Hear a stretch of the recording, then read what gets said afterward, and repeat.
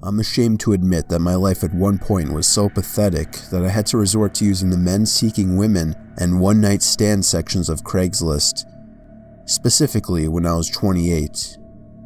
As you'd expect, most of the posts seemed fake or contained images of really fat, gross, or just undesirable women.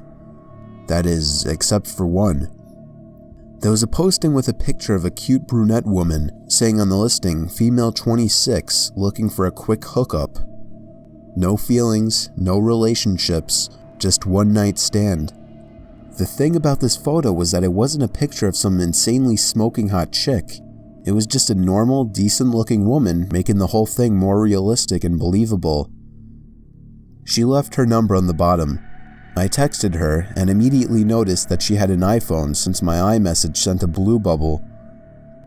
Within seconds, the little gray bubble with the 3 periods popped up, informing me that she was typing.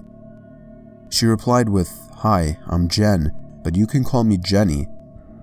I started to kind of flirt around with her until she gave me her address. As I grabbed my car keys, I didn't know if I should feel excited or ashamed. Minutes later, I arrived to the relatively unlit dead-end block in a rather unappealing area. Second thoughts were popping up now. I shot her a text asking which house she was in. She responded 209, the last house by the dead end. I pulled up to the last house on the street, and sure enough, the little porch light revealed the number 209 stamped onto the house. I'm not gonna lie, it was a shitty looking house. Tiny, single floor, tall grass, and whatnot. I was really doing this. I got out of my car and knocked on her door. There was no answer. Suddenly my phone vibrated. Jenny texted me, telling me to come around back. Why? I asked. The gray bubble indicating she was typing something popped up, then went away. I waited for her to type something, but she didn't. I was a desperate, pathetic man, so against my better judgment, I made my way over to the wooden gate and latched it open. I walked very slowly into the opening of the backyard and froze. I looked up at the windows of the dark house, and my heart skipped a beat when I saw someone staring down at me from one of the top windows. The moment they noticed me, they moved away, and the blinds closed. It must have been Jenny, I was thinking to myself. My phone vibrated. She texted me saying, "I'll be right out, just brushing up." I was shaking now. I don't know if it was because I was nervous about hooking up with a woman for the first time in over a year, or if I was nervous about the weirdness of the situation. I could swear I suddenly heard a stick or something crack from further in the yard. Curiously, I flipped on the flashlight on my iPhone and aimed it over to that corner of the yard. My heart must have flat out stopped for a few moments when I saw what I could swear was an arm moving behind the wooden shed in the corner. I turned off the flashlight and somehow silently left the yard and got back in my car. Before I could shut the door, I heard a window from the house slam open, and a deranged, lunatic-sounding woman who I couldn't see screamed, "Wait, don't go." When I was pulling away from the house, the front door opened, and I heard a loud pop sound. I floored it away from there, and about 5 blocks up, I pulled over and realized I had a flat. They had shot my tire.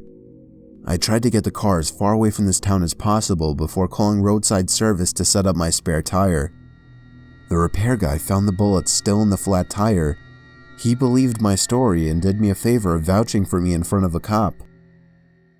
There were 3 people who were arrested, 1 filthy-looking woman and 2 redneck-looking men.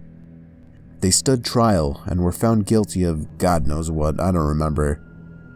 It's funny, they were too stupid to even evacuate the house after pulling something like that.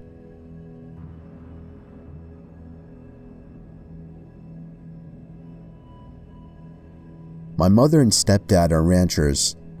They got a new work truck and put the old one up for sale. A lady from another rural area about 4 hours away was super interested, but gave numerous reasons why she could not even drive halfway to get the truck.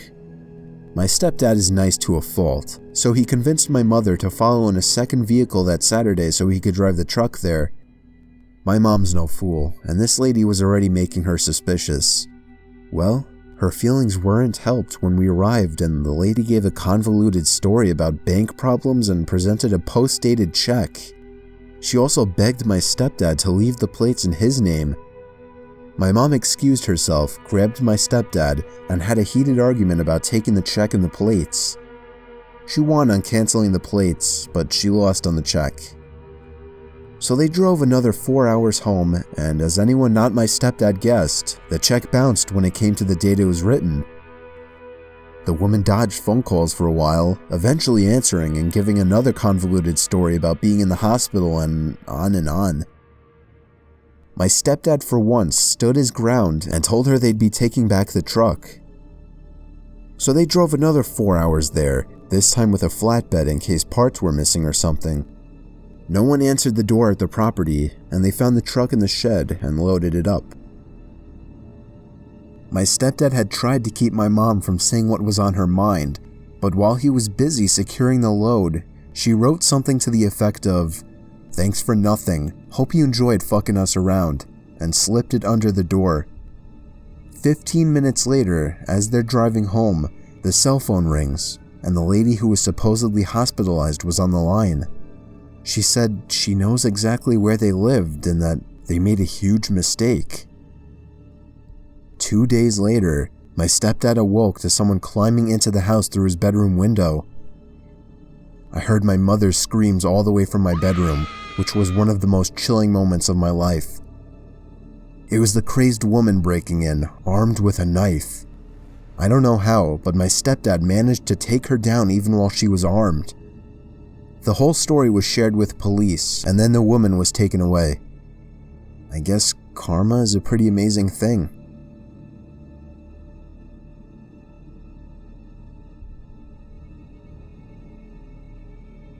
This story took place a long time ago, back in 2002, when Craigslist was in its early years. Many wouldn't know, but back in those days, Craigslist was a lot different. It was a lot more so an online garage sale, or just a place where people would list old things that still had some value that they were willing to give away. I got a basketball hoop, a hockey net, and a spoiler for my car, all free in perfect condition in that same year. You'd be lucky if you found something like that these days. Anyway, me and my son were dying to buy a hockey net so we could practice in the cul-de-sac we lived in. For the record, this was before I got that free one I mentioned. Wouldn't you know it, on Craigslist there was an ad for a slightly used regulation-size hockey goal for only $50. It came with a puck and 2 slightly used hockey sticks. I still have a picture of that ad to this day. It seemed like the perfect deal, but he lived about 2 hours away. I called the number he had listed, and he sounded pretty normal on the phone. He had a pretty deep, dark voice, but nothing that would be off-putting. I remember his voice being a bit emotionless. He agreed to meet halfway due to the distance, said he'd put the stuff in the back of his pickup truck. He said he could only come after he got off from work though, which was much later in the day, way past dark. We agreed to meet at some rest stop off the highway. Me and my son, who was 11 at the time, took my wife's minivan, the only car that would be able to fit that huge thing. Within an hour, we were at the truck stop, which was empty at this hour, but was decently lit by 3 big light posts. I parked right under one of the lights and waited. A pickup truck pulled in off the highway right on time. He stopped right in front of me.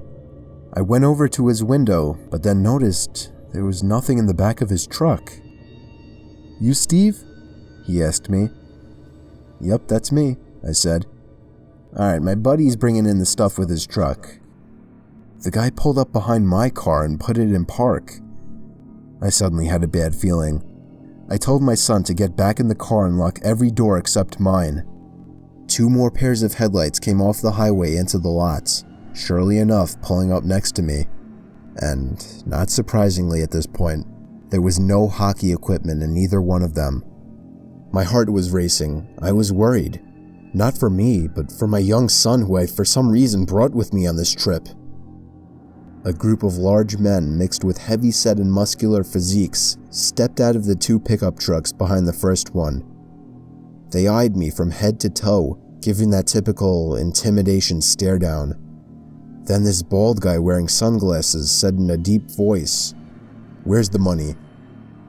I instantly pulled out my wallet and handed it to him, begging him to just let me and my son go. He pulled out like $100 and was pissed, expecting more. He then sent 2 of his goons or whatever to get my son. At this point, I screamed and begged for him not to take him. One of the men broke the glass to the minivan back door, and I vividly remember the disturbing, heartbreaking screams of my young son. What happened next was what I can only explain to be a miracle from God answering my prayers. A car was entering the lot from off the highway. All the men stopped and turned to look at it. As it got closer, my heart literally dropped in excitement as I saw it was a police car. The lights suddenly began to flash as he got close enough to see what was going on. All of the men were back in their trucks within seconds, speeding off down the highway. Well, at least 2 of them. The truck in the back was caught immediately by the police car, and backup arrived shortly. I explained everything to them, and they got the men that were caught to rat out on the others surprisingly quickly. I guess luckily the guys in the back truck weren't very loyal to whoever their leader was, if they even had any type of leader. Believe it or not, I had a police escort all the way home to make me and my son feel safer. I don't want to get into all the legal stuff, but I'll just say that all of those men except for one was caught, and I'm pretty sure that was the driver of the first pickup truck.